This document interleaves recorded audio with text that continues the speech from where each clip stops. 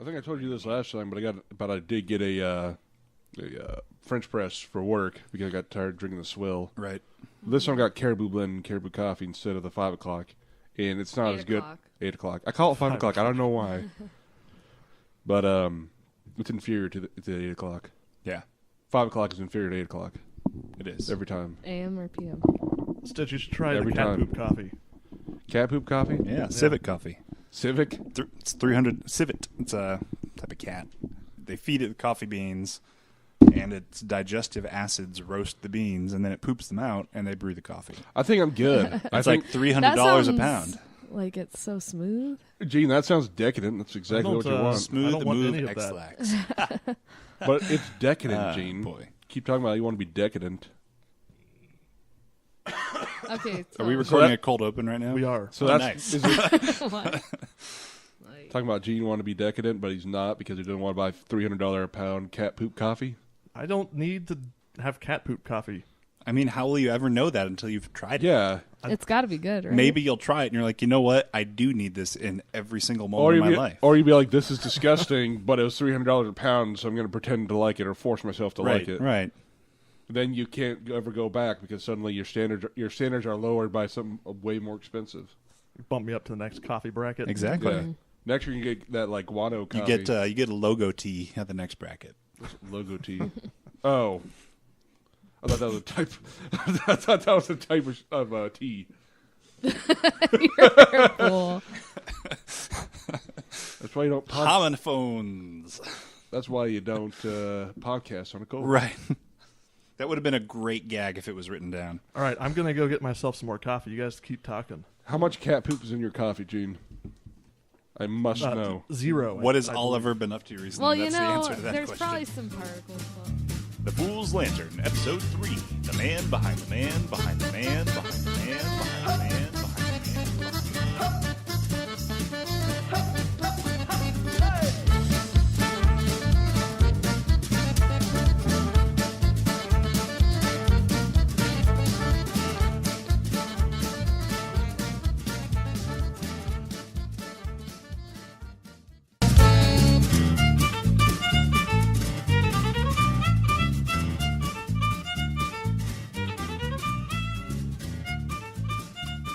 Howdy, y'all! You're listening to the Fool's Lantern Podcast, where we discuss current classic TV and force ourselves to watch the shows we hate. My name is Mark, and I'm here with... Patrick? Shanna. And Tank. Today, we'll discuss episodes 5 and 6 of Fargo and talk about TV villains. You can follow us on Twitter at Fool's Lantern, email us at foolslanternpodcast@gmail.com. Please subscribe to and rate us on iTunes. And finally, all our episodes and more can be found on fngaming.net. Yeah. So now for an unnatural segue. Oh. What have you been watching, Tank? I finally finished Twin Peaks. I've been working on that show and rewatching episodes for like 2 years and just kind of putting off watching the ending like the last 3 episodes, and I finally finished it, and that was phenomenal, and I can't say anything about it without spoiling everything. Was it satisfying? It's phenomenal. It's Phenomenal? a great It's a Okay. great ending. I gotta So now you're finish just going it. to watch the It's a great Fire ending. Walk with Me? I haven't watched that yet. I do need to see that, but Does it involve the detective opening up a coffee shop? I can safely say it does not. Well, I don't You care know, anymore. it's such an important show. I think we're going to do a special in the summer about it. That'd be fantastic. I'm all for that. We'll Just watch the whole binge thing. watch Just- it. Then we could just talk about it for hours. Yes. Sounds fun. You'll And you can lead the discussion. Yay! So yeah, I've been watching a few things. I just watched Last Man on Earth, the new Fox comedy with Will Forte. that was really good. Oh, it's so good. I loved it. And, you know, if anyone can pull off a one-man performance, I think Yeah, it's Will Will Forte. Forte. He's really fun to watch. He's just effortlessly... Don't spill that coffee. Oops. And don't bang on the That was table. a mistake. Okay. He was effortlessly hilarious. You know, it really illustrates the sort of like ridiculous crap you would do if you're the only person left, and then how that stuff loses its joy almost instantly when you have no one to share it with. Like a margarita And how, pool. yeah, exactly. And how disgusting we would all become without societal constraints. Like a So, toilet pool. Yeah. So I really enjoy that show, and it comes at a perfect time right after Parks and Rec is over. So it's like, this is my new comedy that I'm going to be into. Yeah. I'm a Kristen little more. Schaal is fantastic in it too. Oh, she's so good. She's really good. I don't know. I hope it's one season. That's what I'm going to say. What? I think it makes a really good short form comedy series, but I'm not sure it can sustain multiple seasons. I can see No. that, like a 6 to 10 episode miniseries. Yeah, it'd be great. It'd be kind of like how British TV series are. Right. I think they could do a lot with it. They like, probably I mean, could. he's obviously not the only man left with Kristen Schaal showing up. There's got to be more. So I imagine in the future it's going to be a whole bunch of people moving into that neighborhood, and it could be hilarious. All women, though. Otherwise, the title's inaccurate if another man's in the show. I just think that would be kind of interesting if it just slowly turns out everybody just went to a party and none of them were invited. Everyone just slowly starts filtering back and can't remember anything. Unfortunately, if it doesn't get enough viewers, then then there isn't going to be a second season. Or if it gets enough viewers, there's going to be a second season, and it'll just slowly be bad, like a lot of shows. I don't know. in America. I am confident that Will Forte will keep it funny. I've also been watching Broad City on Hulu. We're a little bit behind because Hulu's weird about Comedy Central shows, but Yeah. I think that's a pretty consistently funny show. Yeah, we just watched season 2, episode 6, The Matrix. Yeah, and watching it really makes me annoyed with girls because I've kind the of show stopped. Girls. Yeah, not the concept of a girl, no. So, but yeah, Girls is kind of pretentious and not very funny a lot of times, and I'm getting kind of sick of the whiny characters. So, Yeah. Broad City is a good alternative to that. Gets my girl fix. Yeah, and it's really consistent, too. That's Yeah. something I like about it. And the side characters are awesome. Like, I think my favorite character is Hannibal Buress's laid-back dentist. He's awesome. The last one I'm going to mention is I just also binge-watched Burning Love, which is on Hulu. It's a spoof of a reality show in which a bachelor or a bachelorette comes in and chooses from a pool of 30 girls or guys their potential spouse. And you could tell all the actors are having a lot of fun with it. Yeah. They're really, and if you like the state, you're going to see a lot of, Exactly. There's so many faces in there yeah. from other comedy troupes. And you can tell they just are having a good time and it's fun to watch. And it's got the format down perfect. Yeah. And that's what I've been watching. Stitch? Pretty much the only thing I've been watching consistently has been Arrow, trying to get caught up on that. And it's good. Like, I'm about ready to finish up the first season. It's good. It's a really good, for me, background show, because if you're just kind of paying attention, even for some reason I'm starting to get to the point where I'm starting to hate all the characters. It's Right. still interesting to see what, what's going on, what's new. So I'm the only Twist. one left on this podcast who's not all that impressed with Arrow. I didn't say I was impressed with it. It's just it's basically a show that I'm watching while I'm playing a video game. Yeah, it takes a long time to really get going, and there are definitely a lot of very hateable characters on that show. I just think the main character is pretty hateable by himself. Yeah. But He gets a little less whiny with time. Yeah, and then it keeps having those flashbacks, so it's kind of really jarring sometimes with the flashbacks. But but that's the interesting part is the flashback. I come from watching Lost, so I'm used to all these horrible, lengthy flashbacks that are completely worthless. Kate. Like Jack getting a tattoo. Kate. And then the only other thing I kind of watched, and I was kind of forced to do so, was the newest episode of Walking Dead from last week. And I realized I'm glad I don't watch that show because it's really. Did you just watch the most recent episode? Yeah, without any- catching up. Well, it wasn't me. I just went over to a friend's house. He was watching it, and I was playing games. But Tisk tisk. It is a very lore-heavy show. It's not going to be good to jump in on. Yeah. But it was just it just didn't seem like anything I'd even really care about. And also, after trying to watch that first season, it was just awful. I never really went back, so just reinforced. Yeah, when I hear from people that season 1 was the best the series ever was, that concerns me a little bit. Man, season 1, episode 1 was amazing. The comic's really good. The comic is phenomenal. Anything else? Nope, that's it. I don't know how far Tank is in this, but I just watched Agents of S.H.I.E.L.D., the most recent episode that came out. I didn't see the most Who recent You one Are? yet. No. Or, sorry, Who You Really Are. We need to get back into our weekly Yeah. viewing You parties. got something fun coming up next weekend, though. I During the do. normal airing date. I do. But after that, we'll have to get back together. Absolutely. Well, this episode is probably, I would say, the best episode since last season when they had the big reveal. A lot of stuff is established. It moves the plot forward quite a bit. I was a little worried that they were going to keep dragging their feet, so that's good Yeah. to hear. They just, Some of the trailers made it seem like they were going to go more into the, oh no, what do I do now? yeah, and that was the previous episode 11, Oh, the okay. first episode back from the break. I thought that they were coming back next week, actually. I didn't realize they were already 2 episodes in. Yeah, I just saw it on Hulu. That's how Oh, I okay. caught up. But that first episode's kind of what you thought, kind of drags a little bit, but then the next episode's Right. really good. Okay. Awesome. I'll get caught up. Also watched every episode of Unbreakable Kimmy Schmidt. I heard that that's really good. Yeah, it's funny. Pretty good. Yeah. I wouldn't. I don't know. It's not 30 Rock, it's not 30 Rock, obviously, no. but Is it one of those like Netflix original, all released at once kind of things? Yes. yeah. All Oh. 13 episodes. I'm not a huge fan of the guy who plays her roommate. I don't think he has the best comedic chops, but they learned to write for him, I think, better as the series went on, Yeah, and I really definitely. enjoyed it towards the end. Yeah, my roommate was showing that to me, and it seemed like it was interesting. So at the time, it just wasn't like I was doing something else, so I wasn't really paying attention. It was actually last night. I'm just remembering that's why, because I was tired. I was going to bed. I'd say the Very the fourth interesting. episode is when it really starts to get pretty decent. I give it a solid B. Yeah, we finished watching it like in a weekend, pretty much. Yeah. So. How many episodes are there about? There's 10 episodes? Is that right? 8 Thir- episodes. 13. Oh, I'll check that out. Did you have any other shows, Tank?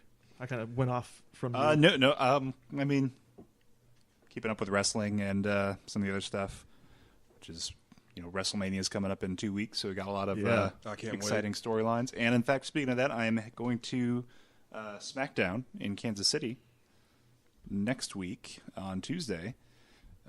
So going to go and actually see some wrestling in person. That's going to be And, pretty fun. Yeah, I'm looking forward to it. I really want to go. Okay, you should go. then do it. Buy should. the ticket. Are they sold out? It might be. I don't know. When I bought them like 2 months ago, like the entire floor section had filled up within like a day and a half.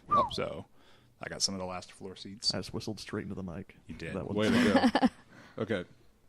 well, with that, it's time for news. News. Way to go, All right. Shanna. Okay, I've got some news for you. Have you guys heard about this Top Gear thing with Jeremy Clarkson? Oh, Yes. there's a new Yeah. Top Gear thing? Well, I mean, this is what's been. He's always in some kind of trouble. That's true. Well, now it's been suspended by BBC for allegedly punching a producer in the face, and this is some salty You don't language. want to do that. He called the BBC producer a lazy Irish cunt before punching Man. him. This is a family podcast. We might have Shanna. to bleep that one there. Well, That's, We'll leave it in. Leave it in. Oh, okay.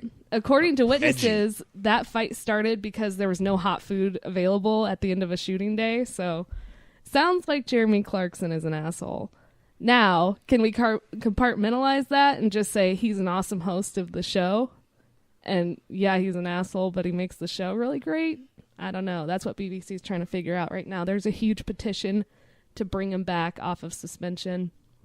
And I don't know. If they did let him go, any other network would snap up that trio, I think. If they... Get them onto Top Gear US. Yeah. That'd be pretty awesome. The only problem is with it, like, yeah, he may be a prick, but it's kind of like the big, who was it? Christopher, Oh, Batman. yeah. Christopher Nolan. Or not. No. Nolan, That's Bale. the- Christian Christian Christian Bale, Bale, the yeah. big blow up there. Everyone's like, oh, why is he overreacting like that? Well, when you're sitting there and you have to do everything on cue, one person messes up, but they only show you blowing up at somebody on a set for doing something minor. Well, that's a big deal to the actor or actress. So it could be a situation like that where at the end of the day where he's been having to be on cue, do this, do that, and then something happened out of context. It just sounds bad. No, I think even in context, yelling at a producer for 30 minutes about there not being hot food and threatening to fire him is pretty horrible. But I'm willing to put that to the side. James May, actually, there's a really cool little video where he opens the door to some reporters. And he's like, yeah, he's a knob, but I like him. It's fine, Some people are pricks. Fun fact, his mother created Paddington Bear. Oh, Really? James May? Jeremy Clarkson. Jeremy Clarkson? Yeah. James May is the best part of that show anyway. But moving on. Next story. Breaking Bad creator Vince Gilligan urges people to stop throwing pizzas on Walter White's roof.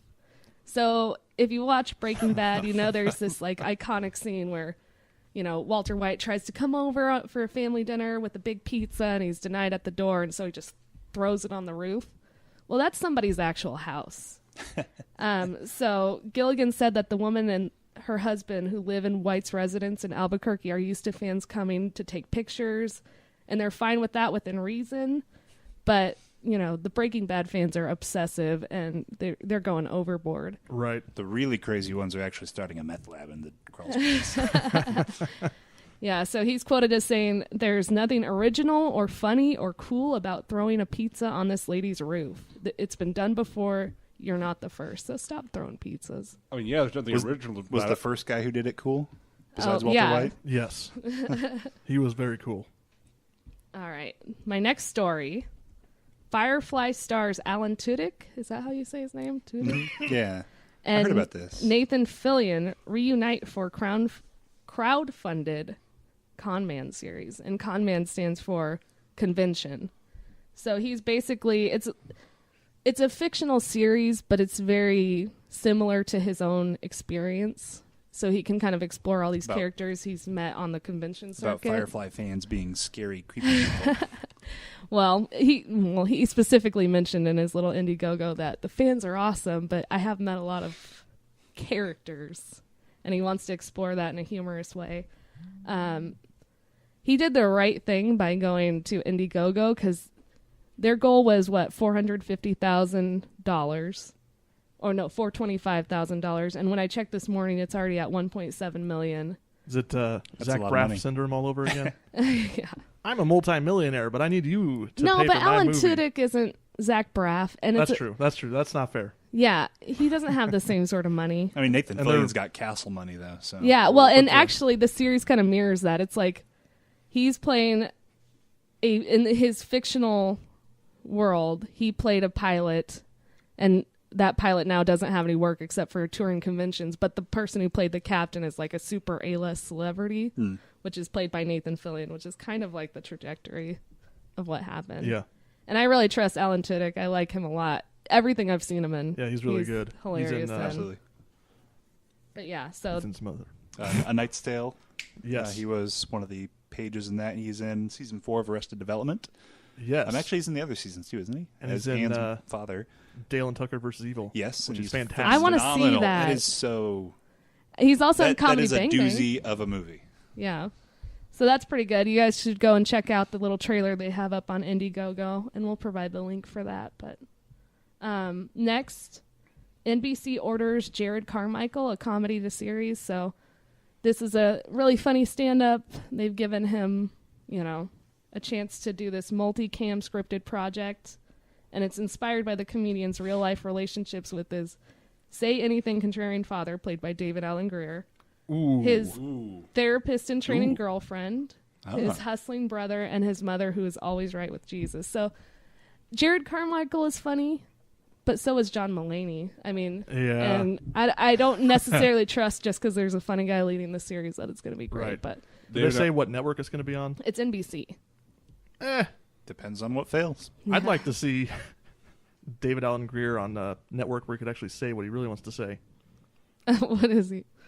Anyway, I guess, You know what I mean? yeah, I guess so. Swears. Yes. Yeah, so that's a sitcom that they're trying to bring up.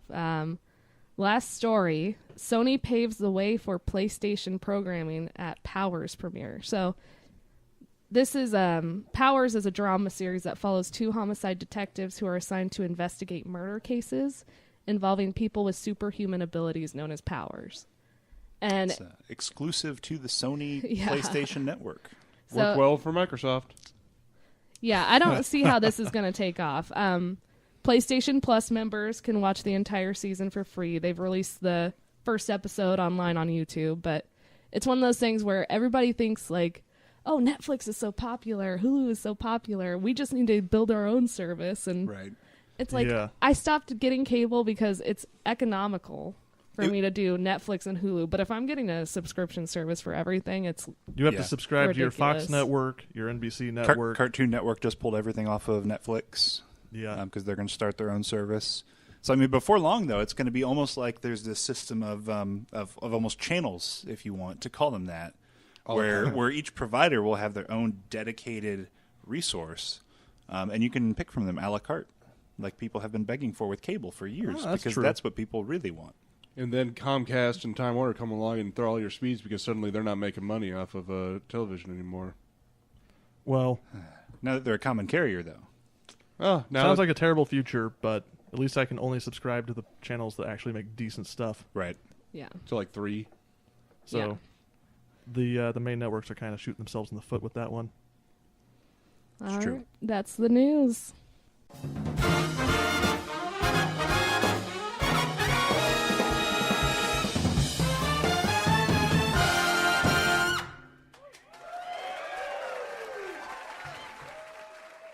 For Showcase, we're watching the 2014 FX series Fargo. Every episode of The Fool's Lantern will cover 2 episodes, spoilers and all. If you haven't watched the show, you can skip ahead to 1 hour, 3 minutes, and 24 seconds. So let's get started. We watched episodes 5 and 6, which were directed by Colin Buxey. He's also directed episodes of Miami Vice, Breaking Bad, and Stitch and my personal favorite, Lex. Oh, yeah. Oh, he directed Lex? Oh, I mean, like, is it all I Lex? don't think he directed the whole series, but he was one of the directors. Oh, my. He was one of the visionaries. That show's interesting. So we watched episode 5, The 6 Ungraspables, and episode 6, Burden's Ass. Yes. Sorry, I had to. So episode 5. You want to give us a little rundown of that, Shanna? Yeah, I'll just do a little quick one. So it opens up. We get to see how Lester has come into having this shotgun at his house. It's from What a weird way to become a gun owner. yeah, too. sock buying deal that he, feels pressured about. Kind of another illustration of how kind of noodly and, spineless Lester is. Right. Actually, I wanted to talk about that opening shot where it's just the grains waving. That was it kind of was cool. I Yeah. like that a lot. The music was interesting. Definitely. But yeah, after that, Molly decides finally, it's been enough. She has to just go in, tell Bob Odenkirk's character, what's his name again? The sheriff. Sheriff Bill Oswalt. Yeah, that guy. Bill Oswald. Okay. Just has to tell him, these are the facts. This is what's happening. And finally he sees, we got to do something about this because, Lester's in there for punching a cop.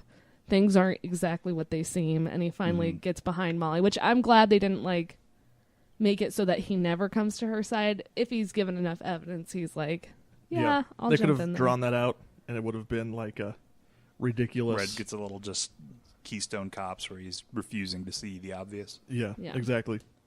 Oh, I forgot to mention, Mr. Wrench and Mr. Numbers get the name out of Lester by pressing on his hand, and Martin Freeman really sells that pain, throwing up, Yeah. and God, it looks horrible. And Mr. Numbers is pretty right on that he needs to see a doctor for that. I was eating sloppy mess. joes. I was eating sloppy joes when they did the vomit scene, and I'm like, man, I lost my appetite. You don't eating. lose your appetite. Yeah. I lose He, it. he mimed continuing to eat. So the radio can't hear Yeah, his motion. For those listening at home, I do my best. But yeah, another scene we see is Grimley. He's trying to kind of figure out what's going on. Why did he see Lorne Malvo on that specific street? Doesn't really figure anything out. Comes back home. Lorne Malvo, we know he's got some association with the police. Some dirty cop is giving him info. Probably gave him the info for Gus Grimley's residence. And Malvo follows him to his house. And we see Grimley's neighbor who has had a conversation with him before. And actually, I wanted to talk about that parable he talked about I really love parables, and I think the writers of this series do as well. Oh yeah, just looking at the titles of the episodes, Yeah. you know that. Yeah, so that was kind of fun. I like that a lot. But any thoughts? Parables? The parable of the guy who keeps giving more and more of his organs to The help plot other of people. 7 pounds. Yes.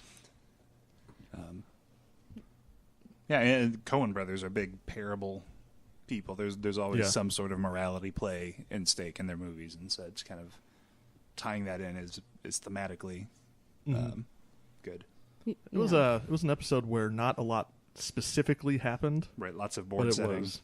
It was all about just getting the things set up for the next episode where a lot of things happen. Happens. I like that little scene that Molly had with the wife of the deputy who had passed away, or the chief who had passed away. Yeah. Because it kind of was a refresher on, this is my motivation. This is the kind of havoc that has been unleashed on this woman's life. You know, it was a very simple scene, but it really grounded her emotionally again and made her realize, okay, we've got to take this down. And then that look she gives Lester as he's pretending to sleep, menacing. Yeah. Yeah, that's awesome. There was a great scene where Malvo goes back to his drug dealer again, Right. this time to get... With a really nice electronics store. Yes. Yeah. Well, he cleared out the Radio Shack, Right. although it takes place in 2006, so never mind. Got some nice LED lighting in there. Mm-hmm. I think in 2006, real Radio classy. Shack was doing about as well as it did. About as well as that guy's electronics van. Yeah. No, but probably worse than that guy's electronics fan. So he goes in to pick up a walkie-talkie and a police scanner, and the drug dealer offers him a pink walkie-talkie set, to which For the Malvo- ladies. Yeah. Malvo Maybe didn't like maybe that. he can make a friend. As Malvo has no patience for any frivolous nonsense. I also get the feeling that guy running his van almost doesn't know what he's doing is illegal, because he's just like, Yeah. oh, you want this? Yeah, here's a nice little sales pitch for you. A zombie survival kit. You want an extra walkie-talkie for your You want buddy? some drones? How about something for your girlfriend? I do like it when he's like, "Do you want some drones?" Does the drone pick up police? Does Nice job. He Don't says, will it help podcast- me monitor police radios? yeah, he says Essentially. that. He says that, and then he said, "I don't think so." Then no. Yeah. Yeah, I really like that. Yeah. Don't podcast on a cold, kids. Yeah, Billy Bob's just performance as Lauren is just his like incredibly matter of fact. Like, here's what I want to get done. Here's the shortest point from point A to point B. Yeah. I'm not going to mess around in between. No time for pleasantries. No time for subtlety. Yeah. I need a thing to do a thing. Now, I wanted to ask you guys. So Molly goes back to Lester's house to explore. Why did she open the back of the washing That machine? I actually wrote that down on my notes as well. I thought it was weird that the very first thing she does is disassemble the washing machine. Like, she didn't look inside it, or He said while he's around it. in his delirium in the ambulance that she was doing towels, Yeah, but still, which is that like doesn't, right. It's like I would maybe look inside, look at the towels that she washed. or make it more was very- clear that had been opened. Like maybe have it like Right. hanging halfway off or something. I don't know. The direction kind of I felt confused in certain Yeah, parts. that was overly convenient. Yeah. I think it was convenient, but at the same time, I thought earlier Lester when he went back into the washing machine, he pulled it away from the wall. It was If pulled you're- away from the wall. Yeah, But like, still, would like, you, the back unscrew was the screwed back on. panel? The pipes were bolted on plate. Like it Yeah. was. Unless you didn't reattach it perfectly, Right. But they should have shown us. They that. should have shown us some sort of sloppy job that Lester did that Right. would lead Yeah. her to go, oh, I'm going to check inside the washing machine. Right. yeah. That's one situation where maybe like a quick flashback to show like the washing machine maybe being back in place, and then Right. There's showing it any now. number of ways they could have made it more clear. But, Yeah, absolutely. I mean, It may have been something where it got cut out for time or Right, or something. like disturbed dust on the ground would have been. Yeah. Yeah, and it, Little it's track probably a mark time thing. or- They don't have time to have her check in 17 different places. Let's Yeah, just like- cut up. I Kind wanna of like see- with that I want first that show. episode, lots of convenient Yeah, yeah. stage setting. there was a lot of convenient stuff in the show. Yeah, but, absolutely. like Malvo using his real name Right. all over the place. Right. Yeah. Or is it his Uh, real name? So, do you guys know about the 6 ungraspables? From what I can see, it is the concept of the 5 senses and the mind. Yes. Me Do trying you- to find a but girlfriend. it's a little more confusing than that. It's a monk asks some guy named Uman He says, "What is the Dharmakaya?" Which is the unmanifested and inconceivable aspect of Buddha. And then Uman answered, "The 6 ungraspables." And there's not a definition for the ungraspables, but it might be a reference to the graspables, which are what you said, the 5 senses and the mind. So does that mean Buddha is the things that are outside of your 5 senses and your mind? That could be. I guess. I don't know how it applies. If the graspables are your senses, then the ungraspables would be the things above that. Yeah. That's all I could guess. Yeah, it's a very short parable. It doesn't. It's like 2 lines. Right. Yeah. Like I looked like 8 different places. Like surely somebody has some more exposition on this, but no. Nope. Everybody's quoting the same thing. Maybe it's the whole fact that like we don't know, like we're all sitting here theorizing what the other ungraspables are, and that is what That what is it the ungraspables. Yeah, Deep. meta. So another title What do you that's think that hard refers to? It's like maybe the conversation he has with his Jewish neighbor, and they're talking about, it's only a fool tries to solve all the problems. With that neighbor, I thought, just because every time Gus has interacted with those neighbors, it's been very weird. Yeah, what's and going on surreal. with that? Yeah. And I wondered for a bit until we see him talking to Lauren at the end of the episode, or maybe it's next episode when we. It's the end of this one. Like if he's just not actually there. Yeah. Because like we see his wife just flashing him at one point. Yeah, in when the, is like, that the going to first come or back second into episode. play? I have no idea. Maybe that'll finally give his neighbor something to complain about. That was a great interaction, though. I love the final portion of that where he says, "Only a fool thinks he can solve the world's problems," and then Gus responds, "But you got to try, don't you?" Yep. Yeah. Quote of the week. That's It was nice. so good that someone's phone went off to. Also, Buster, whose name I finally heard someone say his name is Dimitri. Yeah. Dimitri Milos is the only one understanding clearly what is happening to Stavros Milos' empire. Yeah, but he's just... He had the foresight to realize, wait a minute, there's no crickets in Minnesota. Wait a minute, these are the pet store kind. Somebody bought all of these at a local pet store, and I checked and confirmed it with the local pet store. But he's just immediately sidelined by his dad. Which is kind of, because it's like a lot of people doing detective work in this episode. Gus is cracking down, figuring out what's going on with Lorne. Molly's figuring out what's going on with Lester. Dimitri's figuring out what's going on with the crickets. And he's the one who's just getting shut down, even though he's got the actual, like, here's what happened. Yeah. Man, that trainer is dumb. That trainer is straight up dumb. Oh, you mean Dennis from... Yeah. When Lorne locks him in the closet, he's like, what am He's I going to like, do? "Oh, blah, You're blah, a smart blah." guy. You'll figure something out. Did you mean to lock me in here? Wow. I just... Maybe he just doesn't him, want to like, be rude. Gleefully handing Lorne all of the He's tools like, "Oh, of his here you own go." unmaking. Here's the duct tape. Here's the drill. Here's the screws. Hand me a few of those. It's kind of like one of those things where like maybe he just doesn't know what's going on and he knows he's dumb, so he's just kind of like going with the flow and trusting this guy because he's like, well, what's the worst that could happen? There's no way bad things could happen from this. Right. I think we've all been at that situation one time. Yeah. You just kind of have to well, not this extreme, but like you kind of just have to trust that the people doing the thing is doing like knows what they're doing. Might be a little more cautious when you're doing criminal things, though. With a criminal. But if you haven't done it before, you may not know. Right. That's true. Or it could It's be- clear he's dumb. I mean, Lorne, Yeah. Lorne is also a very, not charismatic, that's not the word, but he's very good. Convincing. Very convincing. Yeah, he's very good at getting someone to follow along with his plan. And this guy, I mean, just his confidence with this this wolf that he's metaphorically getting in bed with, is he's not in on the joke. Right.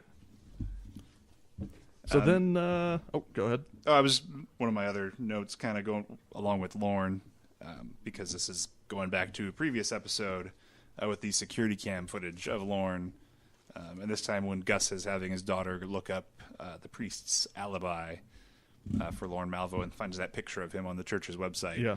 That terribly head photoshopped onto somebody else's body that looks like a South Park character, and they're just like, okay, well that's ironclad. Yep. On we go. Well, he doesn't know Well, how he to use a kinda- computer anyway. yeah. Right. And I don't know if that's just the historical trend of television being bad at computer displays. Yeah. Like she was using, generic search engine for TV.com. Oh, yeah. You got to love that. I don't. Okay. What about that speech about the Rottweiler, though? That was That was uncomfortable. it was uncomfortable, but also it's very.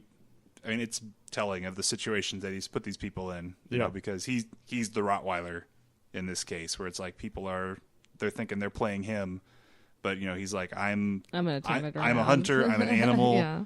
I'm going to get what I'm after. You're going to have to kill me to stop me. Right. And that perfectly plays into his whole thing about why do humans see the color green better than any other color.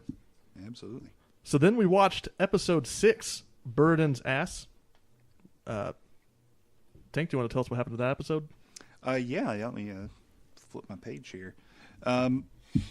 So episode 6 starts off with a tank full of fish. Which then leads to a very nice restaurant where some fancy gentlemen are discussing business matters of a illicit sort, and quickly find out that these are, in fact, the shady organization of criminals that Sam Hess was involved with. And They're the ones who sent... Right, they've deployed the assets, Mr. Wrench and Mr. Numbers, to track down Sam Hess's killer. How about that voice on that guy? Oh my gosh, Yeah, that very, gravelly. very clipped, like Yeah. head in a I bag. don't care. Head in a bag. Killer be killed. Yeah. Send the message. Eating And that fish sends- head. Yeah. right. Oh. Sends his men after Lorne Malvo. And then just eats a fish head, which is weird. He I'm gonna means say. business. Yeah. Right. Yeah, the fish that was fried Hey, that's for the like best part. 3 seconds. Right. Yeah. So then we go on and find out Lorne Malvo is finally letting the trainer out of the pantry, and then quickly realize that the consequence that he's promised long ago, here it is. It's here. He clubs him upside the head with a pan, and he wakes up later duct taped to his own training equipment. Oh. And Completely Goodness, immobilized. no. right, and what's going to happen next? But we're then going back to the hospital because this episode is just picking up the pace. Yeah. Like all the pieces Yeah, that have been some laid out for shit's the last 5 happening. episodes are just rolling now. Lester's brother Chaz comes to see him at the hospital and lets Lester know he doesn't believe him. He doesn't trust him. He thinks Lester did something. And Lester has to give them something or they're going to come down on Lester. Yeah. Yeah. And then he says just absolutely brutal line as he's leaving the room. You've been a burden to me my whole life. You're not right in this world. Which, Poor Pretty Lester. harsh. probably going to cut Lester pretty much to the bone right there. He kind of set up Lester for his next motion, though. Indeed, he did. As Lester swaps places with the guy, I'm guessing some sort of face injury. His Yeah. face is wrapped up, Yep. so Lester swaps beds with him, wraps his own face, and escapes from the hospital, taking care before he gets out of sight to dress warmly, wrap his scarf, put on his boots, because you don't mess around with a Minnesota blizzard. Yeah. I didn't know where he was going with that when right. he was being rolled out. I was like, what the? Right. Is he going to try to get this sort of operation that the other guy was going to get? Like, he's going to need to escape before they realize his wristband is wrong and all that stuff. But Yeah. it ended up being a lot smarter than I thought it was going to Definitely. be. And then we pick up with Gus and Molly, who are investigating Stavros Milos. I'm not sure something about the company car that they had the license plate from that they're following up on a lead from. Yeah. They got- It's the neighbor, right? that- yeah. Yeah, Yeah. because he went to Gus's Right, apartment. Yeah. So they asking about the bugs, or they're not asking about the bugs, but I like the employees. Dave, we telling people about the bugs? Dave goes, "Yeah." I am shocked that that's not more newsworthy or something. Like, Right. there were customers in there. Right. I would think that would be all over Yeah, the but place. Grocery they got store swarming with Stormwatch locusts. 2006. It's true. Oh, that's true. There's a lot going on right yeah. now. Also, like, Speaking of a lot going on, oh yeah, go ahead. even if people know about the bugs, they may try to just wait it out, just hope it goes Right. away. Yeah. I mean, those crickets are going to die pretty quick in the cold. So, Mm-hmm. but a lot going on. Stavros is heading up to his meeting where he was instructed by personal Malvo? trainer. Oh no. Uh, yeah. Sorry. Right, so he goes to Right. the parking lot. Right, he goes to the top of this parking garage and suddenly has a realization that all of his problems stemmed from taking this money and then breaking his promise with God. Yep. He's in a absolutely just apocalyptic religious fervor right now, seeing everything crashing down around him. the plagues that Lorne has put onto his life. And the Adderall. And yeah, the drugs aren't helping because he's sweating up a storm and freaking out. So he calls his family member, uncle, somebody that he sent Dimitri off to stay safe. Yeah. Tells him, bring the kid back to town. Everything's going to be okay. I know what I need to do. Tell the kid I love him.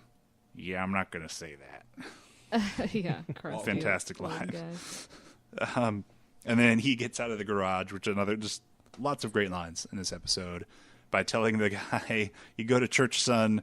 Your Lord demands it, and I'm going to try that next time someone wants money from me in a parking garage." I really liked that scene though because it was a perfect throwback to the original Fargo Right. when they're it's leaving the parking garage at the end. Clear reference. Buscemi. Yeah. Yeah, I wonder if that's like the same parking garage in. I don't think so. Well, I mean, like supposed to be. I don't know. It's in I'm just gonna Duluth, assume. isn't Yeah. Yeah. yeah. Yeah. And now this is where things really start popping off. It gets crazy from this point on. All of a sudden, Bizarre. everything starts going Right. wrong. The blizzard is coming down in earnest now. The snow is thick. Gus has the confession to Molly that we're supposed to be better. And Than Molly animals. says, right, it must be hard to live in this world if you believe that. Yeah. So You that's the have no difference idea. in their like mentalities on the world really coming. Right. She's a ahead little there. bit more cynical, and he's still got that, like, I can make the world a better place. People are essentially good, you know. Yeah, I think he's my favorite character in the show. Yeah. Sometimes I feel like they lean a little too hard into his like His podunky Right. incompetence, but overall I think he's a great character. Yeah.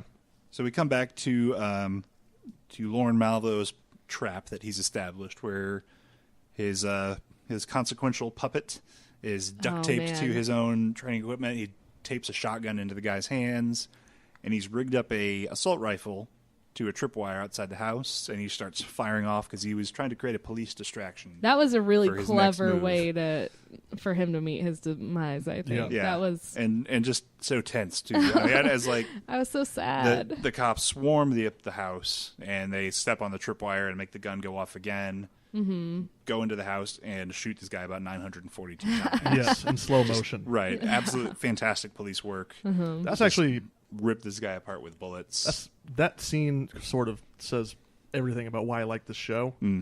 Because we know what's going to happen before it happens. Right. We've seen him set up his plot. Right, We understand that, and yet we still watch this long, drawn-out, painful scene where it's all playing out exactly like you wanted. And all of a sudden, this character that we hated in the previous episode because he's so stupid, we actually feel bad for him. yeah, absolutely. And it's excruciating to watch. Right. Yeah. See, one it thing- was really Fantastic. sad. One thing I noticed is like I was trying to figure out like before why he went behind what's the name of the guy who we don't like, the dumb guy, the trainer. Don Chump. The trainer? That's Yeah, Don it's Trump. Don Chump. Yeah. His last Yeah. name is Chump. I know that much. 'Cause But yeah, like I was trying to figure out why like he went and opened up the blinds, so like there's like sunlight coming in on him. But then I noticed is because then it he looks like a shadow to the top. Right. Like, When they come look in. through the window, they'll see someone there with a gun. they Yeah. won't see the details because Yeah. there's sunlight behind them. So like when they finally kicked in, since this is my second show, I'm like, oh, that's why. It's because he literally just looks like a shadow, and they can't tell he's duct taped. Right. Yeah. I mean, that's an attention to detail that I appreciate. Yeah. And they keep spraying him because, as far as they can tell, he's still standing Right. with the gun pointed at him. It's one of those situations where the cops weren't necessarily in the wrong there. I mean, they probably Right, shouldn't have used so and- many bullets, but and then It's their job to make sure they come home alive, and if a guy's pointing a gun at them and they don't know what to do, they're going to shoot him. Yeah. And that's what Lorne's playing on there to get his plan moving. And at the same time this is happening, Lester has escaped from the hospital. He's gone to his house. We find out that he sees the washer has been disturbed because he actually has a reason to notice the washer being out of Yeah. place. And actually finds out that the hammer has been hidden. He moved it from the washer to the hole in the wall that he made with his head behind the fish poster. Right behind a very large, clear blood spot. Right. I'm like, that's maybe not the best place to put Chekhov's that. fish poster boomerang. Yeah. That's coming off like that. They're gonna want to analyze that poster for all Right. the splatter and all that stuff. So Right, they better. seems like a I really mean, I guess dumb that's spot part to of put his it. his cover story is that he got his head beat into the wall, but that's true. Oh yeah, that's true. Also, don't forget that he's not really a suspect at this point. Like they keep saying, "Oh, Yeah. leave poor Lester alone." No, he's a no, suspect. he's at a this point. suspect Again? now. Oh, Remember the cop He is is sitting now. Yeah. outside Yeah. his hotel or Yeah. hospital room? yeah. So he takes the hammer, grabs a couple racy photos of his wife, a pair of her underwear, and goes to his brother's home. And we find out that Lester's not the podunk little noodly do-gooder we've Yeah. assumed him to be. He's starting to take after. He's Breaking Bad right Well, now. he's like, He's like Malvo Jr. Yeah. at this Right, point. he's rolling in it. He is to Malvo what Gus is to Right. Molly. Right. He's so he goes into his brother's gun cabinet, puts the hammer inside the hidden compartment with the massive illegal gun, along with his wife's underwear and the photo. And then you see maybe is this a moment of hesitation as he sees the photo of his brother's family, his wife and child. But nope. Opens the cabinet up. No, he's going to take a gun from his brother, put it in the kid's backpack. Yeah. So Yeah. he's dragging the kid feet first into this thing now, just being an absolute scumbag. so that moment where you're thinking, oh, he's reconsidering. No, he's Right. just thinking, hey, How can I here's make another this... idea. I see that son. Right. He How can get can I- involved. And like his brother said, though, his brother cut him deep and then said, you got to give him somebody. Yep. Yeah. So he's He gave giving him the idea. He's giving him somebody. yeah. See, the weird thing to me, like when he was staring at that picture, was that the longer he stared at the picture, the more you remember how much of a little shit that kid is. And sorry to use that language, but like how just crazy that kid Hey, the is. kid's- I don't remember Kid's having. He's autistic, so it's Well, not really Yeah, Yeah. he's not a little shit. But it's What still, has he done so far in the show? he's that- peed in jars. That's That's about all he's it. done. I He's thought, like I thought he's he's, done more. he's Like, played No. video games and repeated what his Are dad you says thinking of, about like, enjoying the Am dinner. I thinking of something else? Sam Hess's kids who are assholes? Or No, I thought he did more. Like he was. You've just- already watched it. Maybe you saw something later I don't. that you're mixing up. yeah. I don't know. I do. I wouldn't he does, say they're little shit. I wouldn't say he's a little shit. Maybe he's just No. obnoxious, and he just wants I to. think he's just been quiet and autistic. Yeah. Yeah. Like, He there's does see. nothing. All he said is like, "Great dinner, mom." Right. And then Yeah. peed in a jar. He does see Lester at the house, which Lester has a moment of discomfort seeing the kids notice him, but Yeah. the And kid, goes that's back. Uncle Lester. He's here. Whatever. Yeah. Exactly. And so Lester makes his way back to the hospital. At the same time as all this is going on, because Stavros Milos has taken his briefcase full of money back to the place he found it.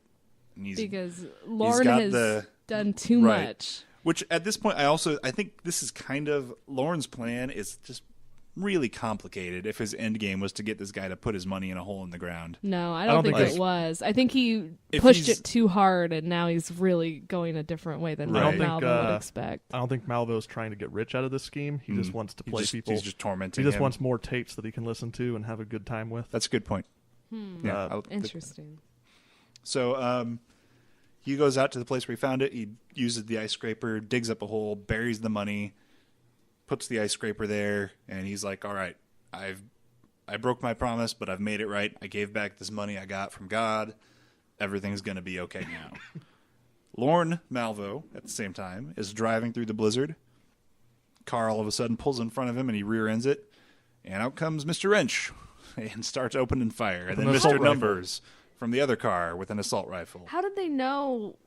I know they had his name. They but got his name and his photo, and I'm assuming it's probably this because it was in the same spot. Was he driving Lester's impounded car? I think he Because might have been. they knew No, about that car. because that car's still impounded. That's right. Yeah. But they went to the same crooked cop, I'd assume, that Lester's using, and got Lauren's Yeah. information, or that not that Lester, that Lauren is using, yeah. because we don't see his face, so he's probably somebody. Yeah. But so they corner him, and they get into a big firefight that ends with Lorne slitting Mr. Numbers' throat, leaving him dead in the snow, disappearing off into the distance, while Gus and Molly, who are having dinner nearby, hear the gunshots and go and check it out and get drawn in. At a brief moment of poetry from Gus Grimley as he describes the scene, accidents, words exchanged, differences. sums it up. This little whiteout scene, it was weird looking. Yeah, I don't know. There was a lot of like weird CG effects, Even- on, Right, filters on top of it was everything. extremely overblown, the lighting. Right. And there was I mean, bloom effect everywhere. Yeah, there and like the headlights, they were trying to make them like pop, and there was. Yeah. I like the high key look of it, like the whiteout from the blizzard, and but like there's too much desaturation, Right. like everything's too black and white looking. Somehow it made like the motions of the characters even look kind Right. of weird. I there was definite, like you could see when Mr. Numbers, like Lorne cuts his hand and leaves a blood trail to trick Mr. Numbers into following him, and you definitely see there's a very clear motion blur behind him. Yeah. So there was something else on top of the scene. Found it pretty distracting. It did Yeah. look weird. It looked Even weird. in the previous scene where Stavros Smilos is burying the briefcase, I was like, the CG snow is just. I mean, Right. it didn't look the best to me. I personally think just kind of did its job of simulating like in the middle of a blizzard. Like you don't want to get too far away from somebody for Yeah. somebody to just look like because a black shadow. that's Yeah. going to be super important in a second here. Well, I mean Yeah, that's that's just it. This true. whole Whoops. scene, Right. This whole scene took place during the blizzard. Right. Yeah. Yeah. The snow, it is zero visibility. The snow is pouring down, or whatever snow does when it's coming down like that. Flurrying around. So Molly and Gus are falling behind. They find Mr. Numbers. Gus smartly proclaims him to probably be dead. Molly then does something kind of foolish. She abandons her buddy in the middle of a zero visibility snowstorm Yeah. Yep. with an active gunman and runs off into the distance. Gus then, trying to find her, hears shots, stupidly opens fire, and comes up on Molly lying he's- in the snow. He has shot Molly. Or has he? She was shooting at That's somebody. true. We don't know. That's my question here. Is Molly dead? Did he shoot her? Because she was shooting at somebody, yelling at somebody. But obviously Gus thinks he shot her. Yep. yeah. She's lying, probably dead in the snow. Gus has probably shot her. And now Stavros Milos, or not Stavros, but Dimitri Milos and his uncle are driving back to town. 1 second. I think you forgot to did you mention? I'm really bad with names. Wow. I am Just too. describe the character. We'll figure it out. Billy Bob Thornton. Lorne. Lorne. When Lauren took down is it Mr. Wrench? And Yeah, then, he just said that, Sid. But Yeah, did he- Mr. Numbers. Mr. Numbers, and then did he mention like what he asked or what he's finding Yeah, out? he was trying to find out. Yeah, I didn't mention that. He was trying to find out who hired them. Yeah. And I didn't hear him Fargo. say anything. He said Fargo. He did say Fargo. I didn't hear that. So Yeah. that was an important thing I missed. Oh, okay. Good on you, Stitch. Occasionally, my not paying attention is helpful. Yeah, so I guess Lauren now knows the name of what's going on here. And so Lauren and Mr. Wrench are still out in the snow with Gus and a mortally wounded Molly. Yep. Dimitri Milos and his, I guess it was uncle caretaker, something like that, driving yeah. back to town when the snowstorm suddenly clears, and Dimitri's, and everything's going to be fine. Yeah. And then we have a fish blizzard. What is? Well, that was that was unfortunate. Whew, that was a scary moment we just experienced. We didn't lose the entire episode. It Mark- was a close call. Mark just about had a heart attack. Saw a vein right here just bulging out of your forehead. A lot of forehead. So Dimitri Milos and his God. uncle are driving through the blizzard back to town to safety. When all of a sudden the blizzard stops, Dimitri says everything's going to be fine, and fish start raining from the heavens. Whoops. Which Wow. is That was a bizarre moment. it is really weird, but it is actually a thing that happens. Probably not to that degree, and I don't know about in Minnesota during a blizzard. Yeah. But like where tornadoes or heavy storms will go over a lake, pull up a bunch of fish and frogs and stuff, Mm-hmm. and then when the winds stop, it all falls back down. That's crazy. Okay, that makes a lot more sense than my thought that somebody threw Someone had a tank of fish no, above no, the hold on. road? They had a trebuchet full of fish, and they right. launched it. They knew he was going to be there. Yeah. Which is actually kind of, as we briefly mentioned before everything exploded and went away, there was a big plot point at the end of Magnolia that there was a similar, rain of frogs. Yep. And the only one in the town who hadn't been freaked out by it was like the very reasonable, logical kid who knew what was happening and understood the reasons, and kind of using that storm of frogs to talk about how being reasonable helps you overcome bizarre circumstances. Yep. which is not what's happened leading up to this. Yeah. Because unfortunately, on this road full of fish and guts and snow and ice, the truck skids out, loses control, and goes off the road. And we lose Buster. No. Yeah, and Dimitri's killed in the wreck, and his father comes up moments later, and just really like heart-wrenching thing as he sees his son, who he genuinely does care for, despite being not always very nice to him. Yeah. As he just yell cursing God, I gave it back. He gave the money back, and he still has lost everything. Dude, if Stavros ever finds out this wasn't, or this was all just a plan, Malvo, Yeah. he's gonna lose his mind. I'm sure Malvo doesn't care. right? Yeah, that's true. But I think that pretty much covers what happened. Well- There's one more moment. So we've got Molly dying in the snow. yeah. Got Dimitri dead in the snow, and Stavros destroyed next to him, and we have Lester safe and sound back in his hospital bed, smiling like a just son of a gun. My question here is, how long did it take him to go and do all that stuff? Is it? I guess he It's a pushed small the bed town, I suppose. away. Yeah. Yeah. But it seems like the hospital's pretty slow, and they would notice an I- absence. I could pretty see him quick- getting away with it if it took under like an hour, under an hour hour. and a half. Yeah, I guess that's true. But Right. just sitting in the other side of the radiology ward and nobody ever noticing that he wasn't picked Right. up. Yeah.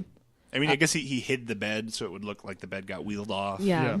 But you'd think the person that was coming for him. Right. Would be like, Would've hey, noticed where he is the patient? I Right. need the I mean, well, patient. maybe they had somebody else like, this guy, whatever. Yeah. And If the just- hospital was portrayed as like a busier hospital, I might Yeah, buy into right. it a little bit more. Although it was in the middle of a Oh, snowstorm. yeah, that's true. Right. So maybe all the doctors were bunkered down somewhere. Yeah. I want to say this episode was bookended by fish. I don't know. If It that was matters. indeed. There's a lot of fish in the series.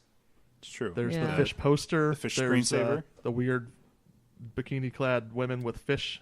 Oh yeah, pictures. what was? True. Did we ever get an explanation for that? No. Nope. Minnesota. There was the fish screensaver. There's the fried on fish. the Chekhov's Frozen Dead guy. Yeah. Yeah. A lot of fish. It's a fishy show.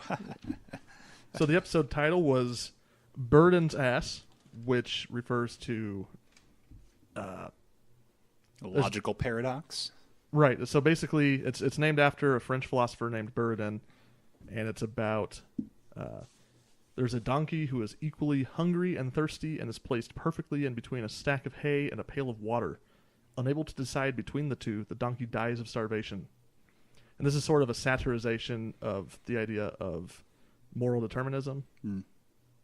The idea that if there's two equally good choices and you can only make one, you can't logically choose one over the other, so you can't make a decision.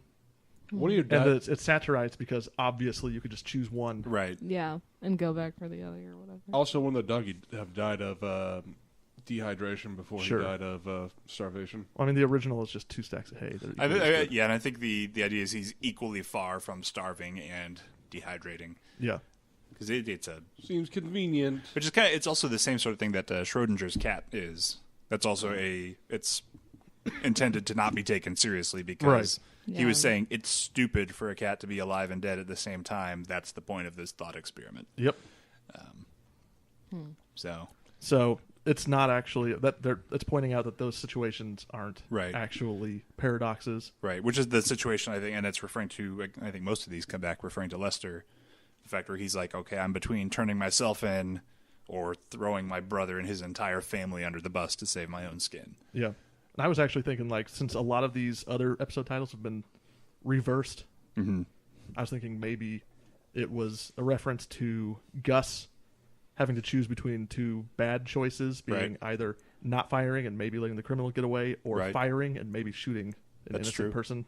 Very true. So, Well, he's also just a bad cop, so like instead of actually identifying. Oh, am I thinking about somebody else? no. No, you're good. You react so much when I look at you. Oh, because Mark moves an inch and He's got Stitch very, jumps very out of his commanding chair. gaze. So he's also just a bad cop. So he may have just saw somebody and like figured that he doesn't want to screw this one up, and so I'm just gonna shoot him, and didn't even think about maybe it's not the perp. I don't even think he was even thinking that much. I think he just panicked and pulled the trigger. But there was a moment of hesitation, Right. where he's contemplating. Yeah. I gotta say, I'm getting a lot out of these episode titles. It's Yeah. almost one of my favorite parts is learning all these it's new really little cool. Right. things. It's cool to think about how layered. Yeah, all the You know, references. there's so you would many, never like know. all the music that they use, like to bookend the episodes, has some significance. And, Yeah. It's crazy how much thought was put into this series. Right. I really like the directing the whole series has shown with Yeah. their minimalistic wide shots. Right. Except for that CG in the Blizzard sequence. Yeah, I that didn't part- like that. I That didn't was like. a little jarring. I didn't like. But that I mean, the either. beginning of the previous episode, out in the fields, and the wide shots of him in the store, where it's focused on the product while he's Right. interacting in the background. Right. It's really cool, and it also kind of plays into how they take their time in this show. Yeah. They don't just show the cops arriving at the house and killing Chump. They show the situation. They show him setting up the whole plan. Right. They don't just show Lester sneaking out of the hospital. Mm-hmm. They show the long and painful process of getting out of the hospital Right. undetected. They're not talking super fast to try to speed along the show. They're talking like a normal person They're not would doing talk. Sorkin talk. And that they're also Gilmore Girls like cadence. Yeah. they're also not they're also like letting the awkward pauses kind of like soak in, which there's a lot of. There's Yeah, a they lot let of things linger. yeah, and that's what kind of That's makes good. it feel real. Right. Right. Because, yeah, your natural conversations don't just go like, hey, here's a snappy line. Ha, here's a snappy retort. Ha, ha, And nobody ha. laughs and nobody Right. reacts to anything anyone says. Yeah. It's Mark looks slightly at Stitch and he panics. Yeah. Yeah, this is an excellent series so far. Absolutely. And if the pace keeps on rolling downhill like it is, I'm looking forward to the crash in 4 episodes when we It should be interesting. hit some stopping points coming. They've almost set this up to be impossible to end cleanly. Right. Like, I mean, Everyone obviously it's going dies. to be messy, but if it ends up with them getting arrested, is Molly going to like break down everything she figured out throughout the entire series and Right. make a coherent story, or Or is she's she going to find dead? enough That's true. that she could be dead? Or is this all a dream? Which I like that there's a genuine enough question for me of whether she's alive or dead. Yeah, Because like I mean it's physically plausible and it's narratively plausible for either direction. It's not like I'll be like, oh, there's no way they would kill Lester at this point in the Yeah. story. so it continues to be an excellent show as far as I'm concerned. You guys have anything else to? Nope. Add I'm to it? enjoying myself watching it. It kind of straddles between like bizarre, like crazy exaggeration and subtlety, and I like that now. Yeah. You know, I'm more tolerant of the exaggerating factors. And I like the directness with some of the philosophical views the characters Yeah. have. Right. yeah, and straight So- up telling a story in the middle of that parable in the middle of Exactly. that episode was great. I Which love that. I didn't mention it earlier. I like Molly later on when he's telling Molly, Gus is telling Molly the story, and she's like, he killed himself. Why didn't he just get a job at a charity? Yeah, She's like putting her it in like such a simple way. Here's a simple pragmatic solution that would have been Yep. far more effective. And then I like how he's like, "Oh, I don't yeah. know." Oh, yeah, And then it's that's kind a of like point. this thing that clearly bugged him. All of a sudden, like she says something, he's like, "Oh, okay." Yeah. And then it just kicks him in. I'm like, Right. Well, that's exactly probably how most of them would go because there's a solution. You can't really argue with an actual solution. Yeah, which illustrates too, I think, kind of his like, I mean, the fact that he pulled the trigger because he was just like panicky. He's got to commit 10,000%. Yep. And then Molly's much more methodical, much more, well, here's police work, here's step A, step B, step Although C. she Here's did trespass into It's true. Lester's house. It's true. Yeah, not very legal what she did there, but that's fine. But 2 more excellent episodes. Absolutely. We'll be reviewing episodes 7 and 8 in 2 weeks. Now it's time for Trope Talk.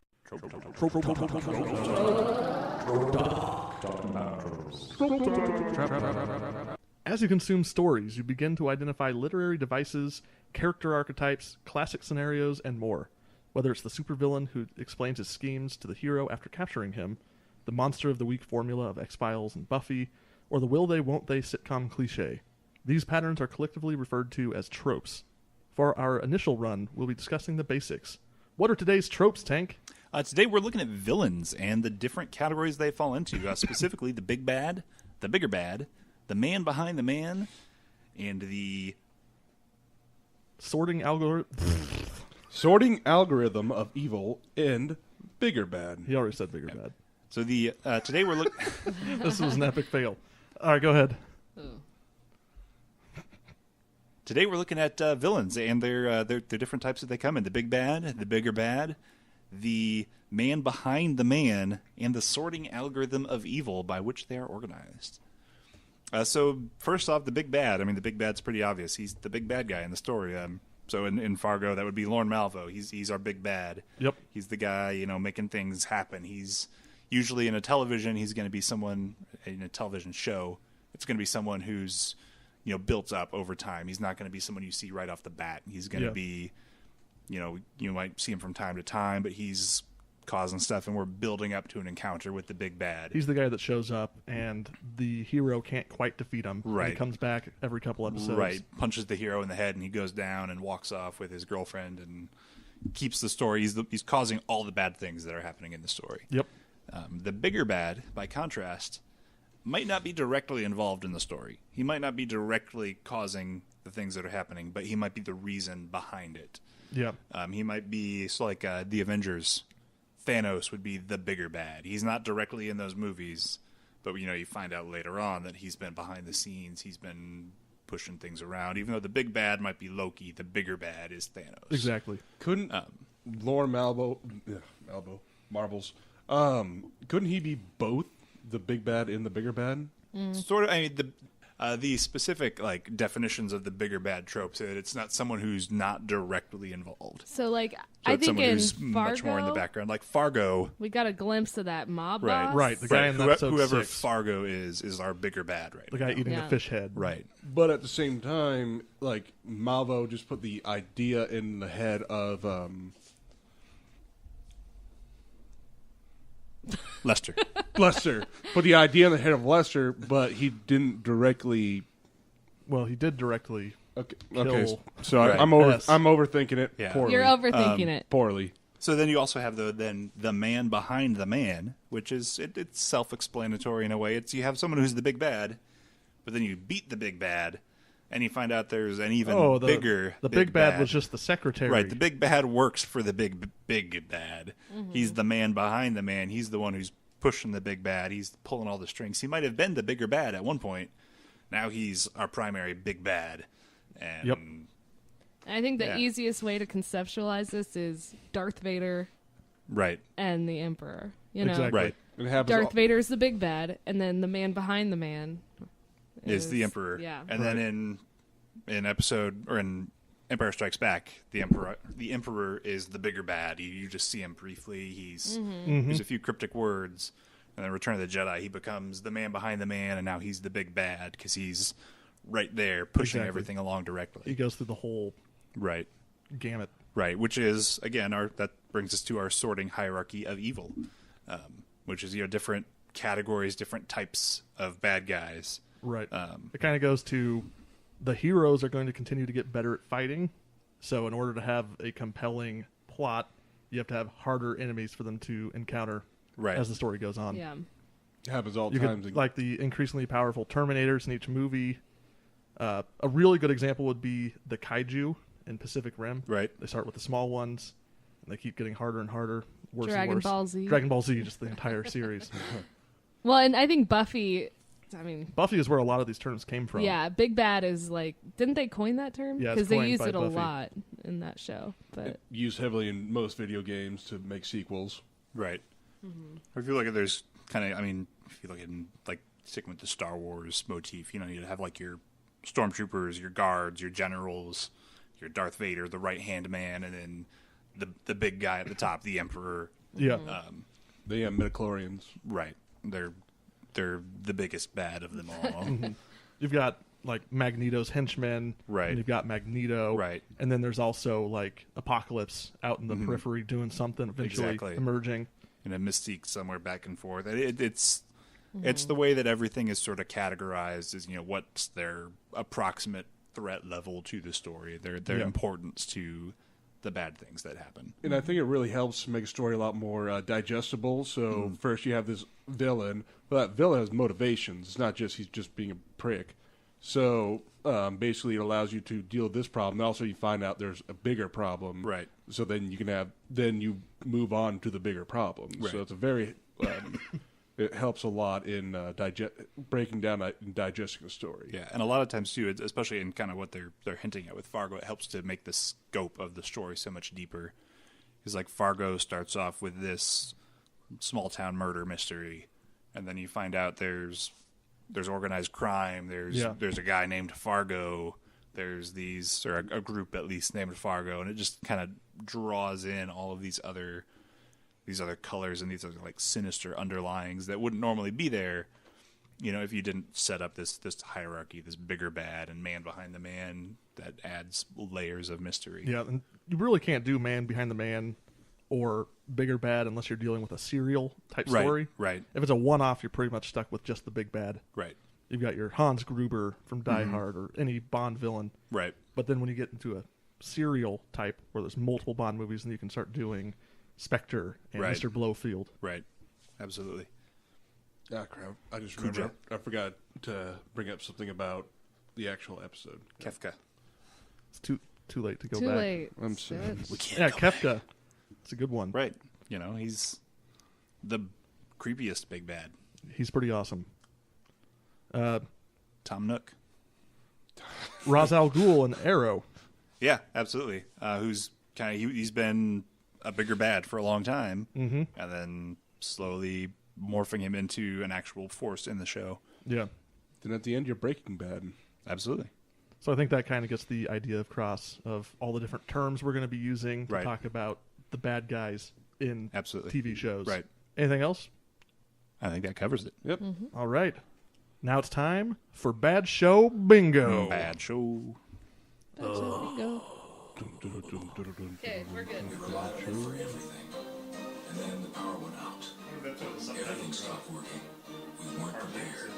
Fear and confusion led to panic. The lucky ones made it out of the cities. The government collapsed. Militias took over, controlling the food supply and stockpiling weapons. We still don't know why the power went out. Or why the arts, for some reason, has a big chunk taken out of it. Wait, is this Terminator? All right. So that was painful. Yeah, that is about the peak of the show's quality too. Really?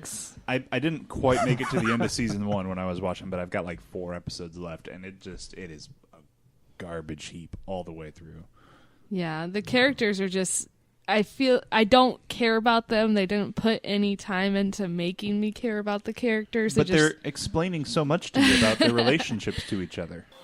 They got the people he cares about. Now they have leverage. Or does he actually care about them?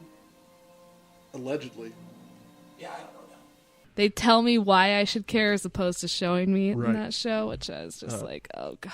I don't know if they said the title of the show in the intro that you just heard, but the show we watched was Revolution. Revolution, episode 2, Chained Heat. Most of us had watched the first episode a couple of years ago and said, nah, we'll skip this series. Right. This is Yeah. a safe one to never see. Oh! Sword fight. Random sword fight.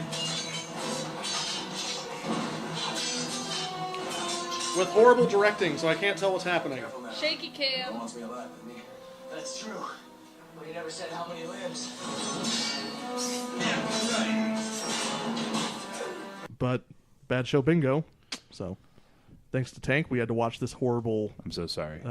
train wreck. Yeah. I kind of got the vibe that the producers of the show were watching National Geographic's When We're Gone Oh, yeah. Yeah. and just decided to make a show based on that. Right. There's no more fire trucks, sweetheart.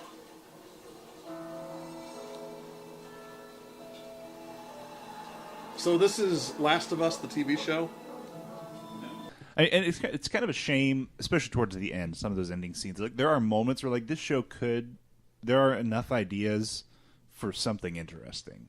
Yeah. Like, there's some sort of meat there that they could have done a decent show with.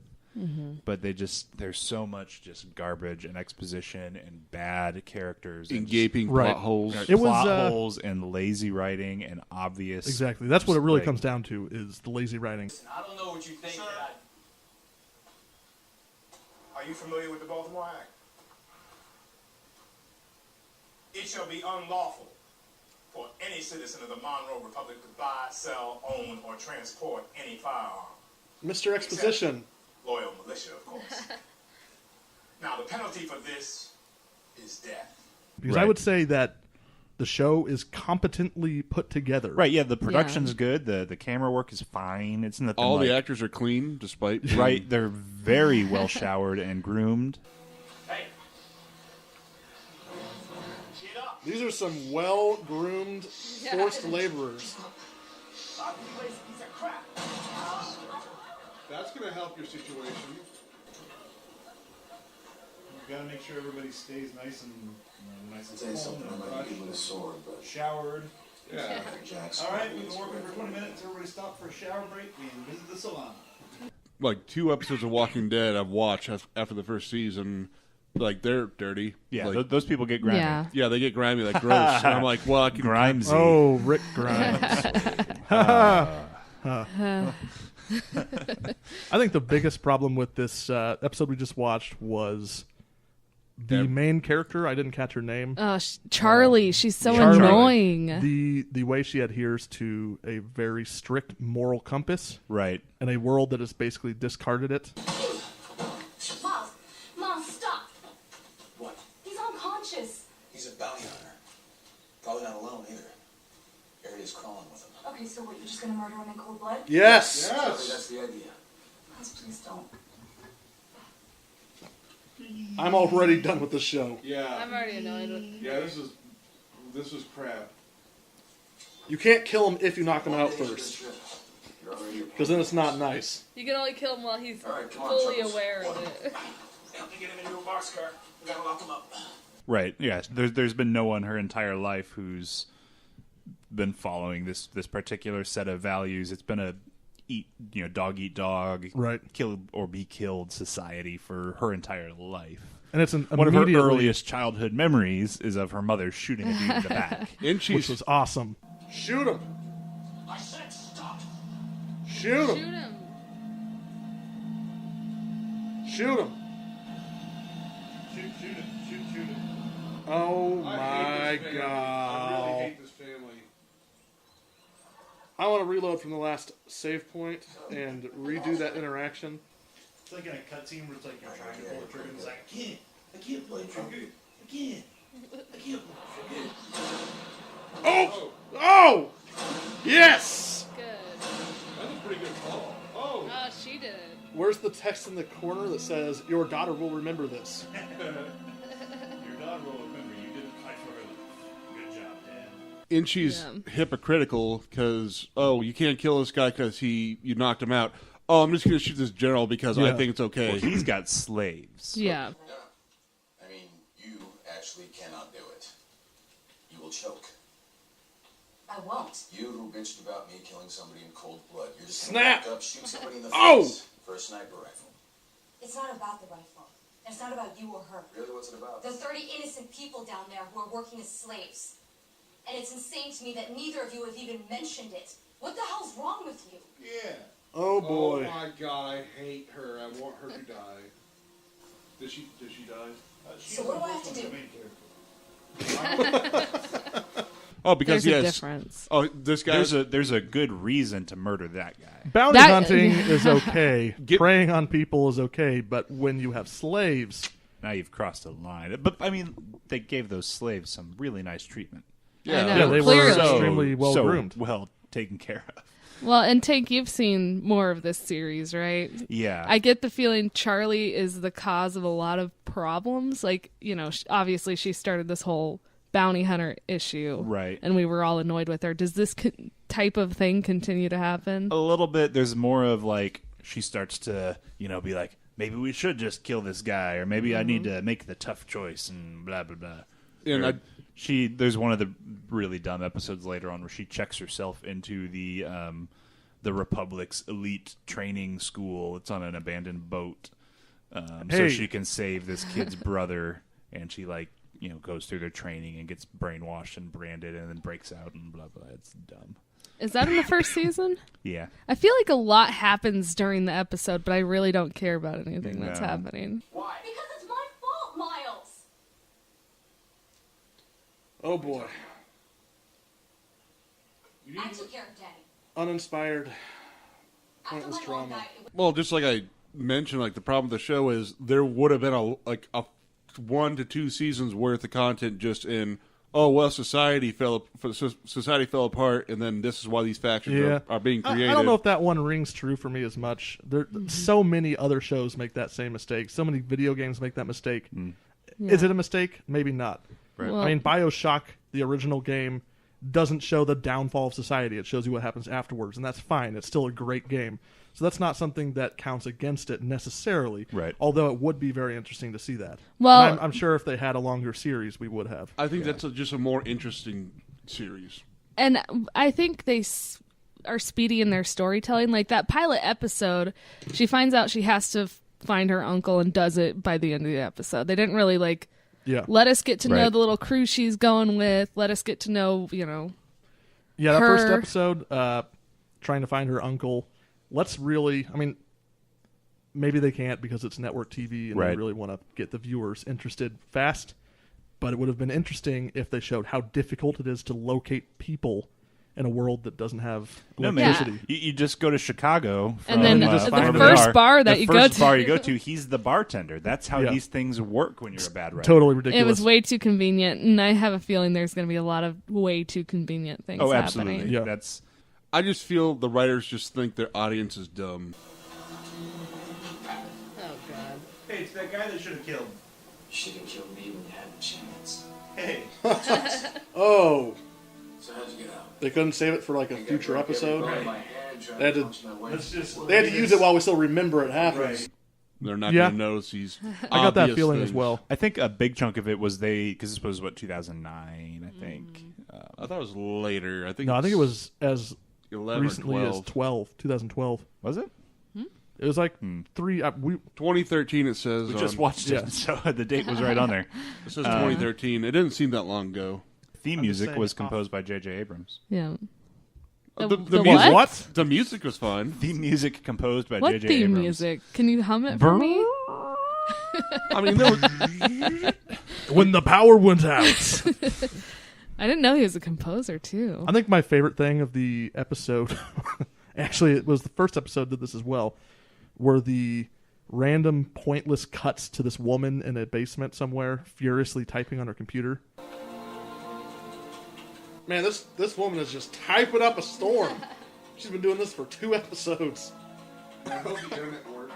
I like how she has like a leather book with the power symbol burned into the cover of it.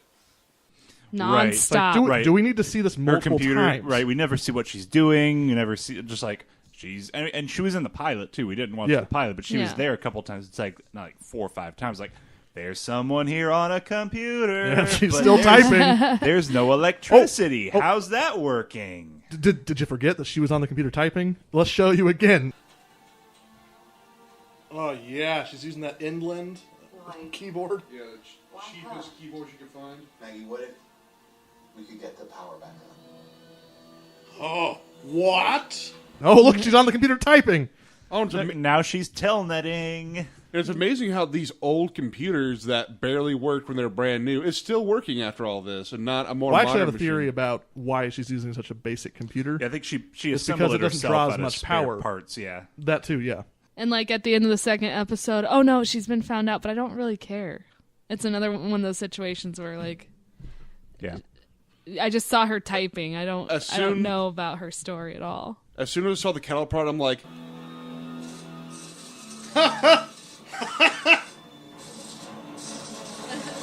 Oh man. They should have had they should have had a scene of her using Windows and it's saying that you're running an unauthenticated version. you have 30 days to activate. She's like, Yeah. oh no, that would have been more tense than any of the other things that we saw.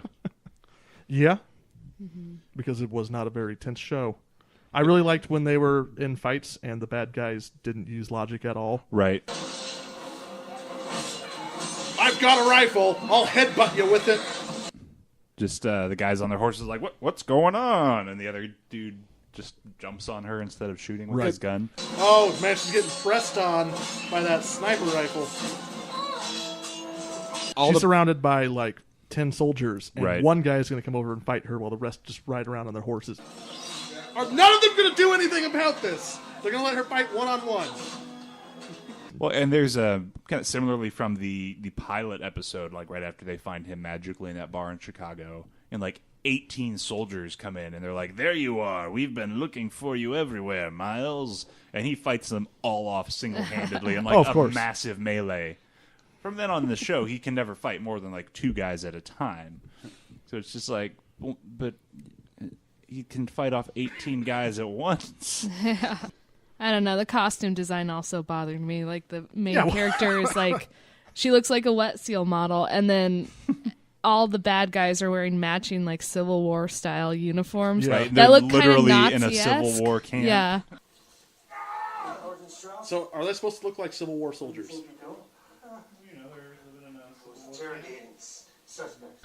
It's a little too much for me, and also and then they go in that bar, and it's like an old West saloon. Yeah. What's that all about? So, in the future, when there's no electricity, it just turns into the Wild West. Basically, with like Indian spice markets. Like they have the same decor as the real Wild West, somehow.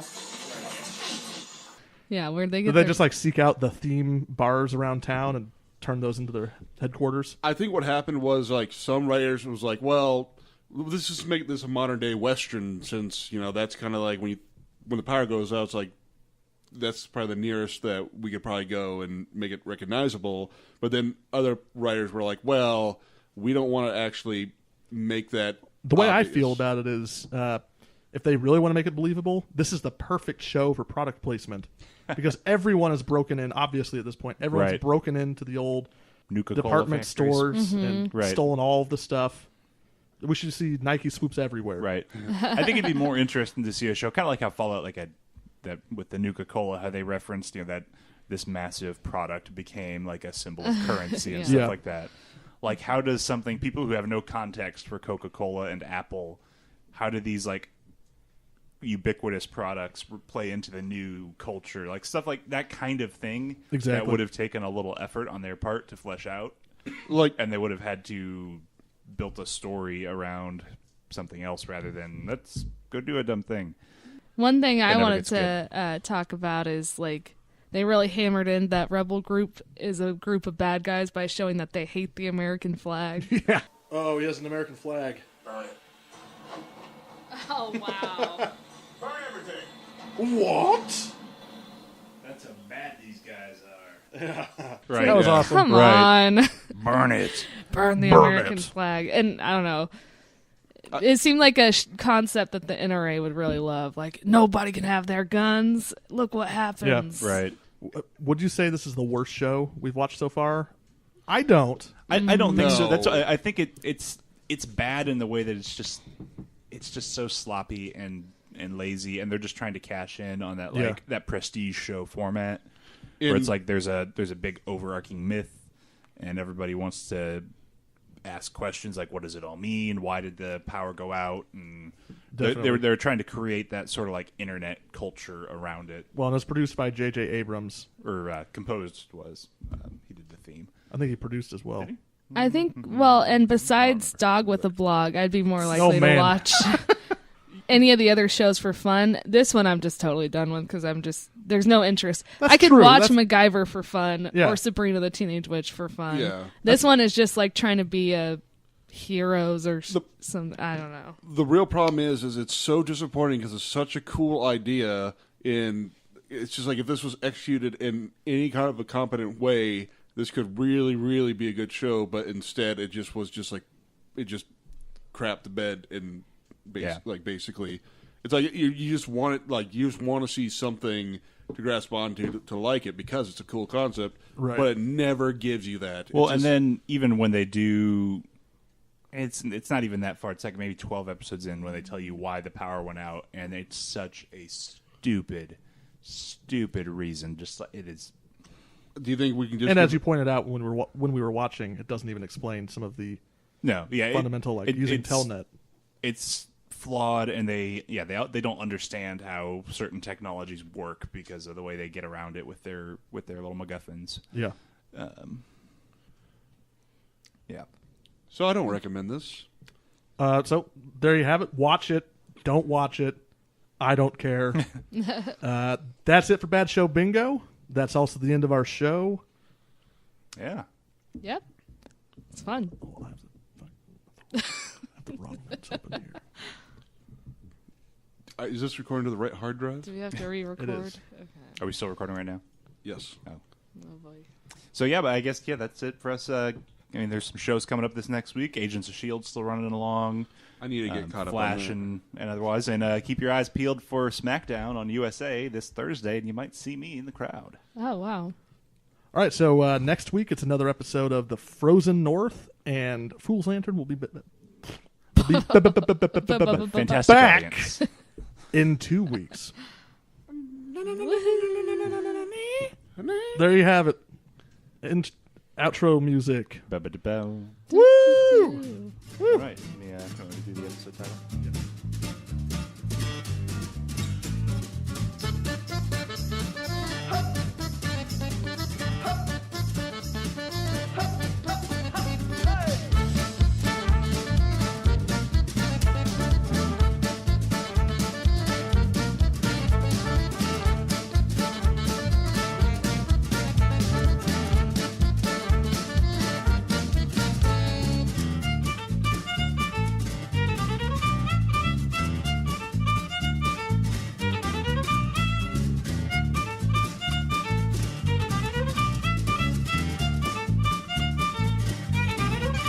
There are some days that look so bright. There are some lies that seem so dark. How could you walk against the wind? How could you stop the earth go round? You never know which road to take. One never knows which way goes down. Will you get backwards to the shore? Are you ready for the fight? Our intro theme, the Gypsy Song, was made available via Creative Commons by the Freak Fandango Orchestra. The newspaper ticker theme was made available via Creative Commons Attribution License by Mike Koenig, and the showcase theme, Booga Blue, was made available via the Creative Commons Attribution License by the U.S. Army Blues.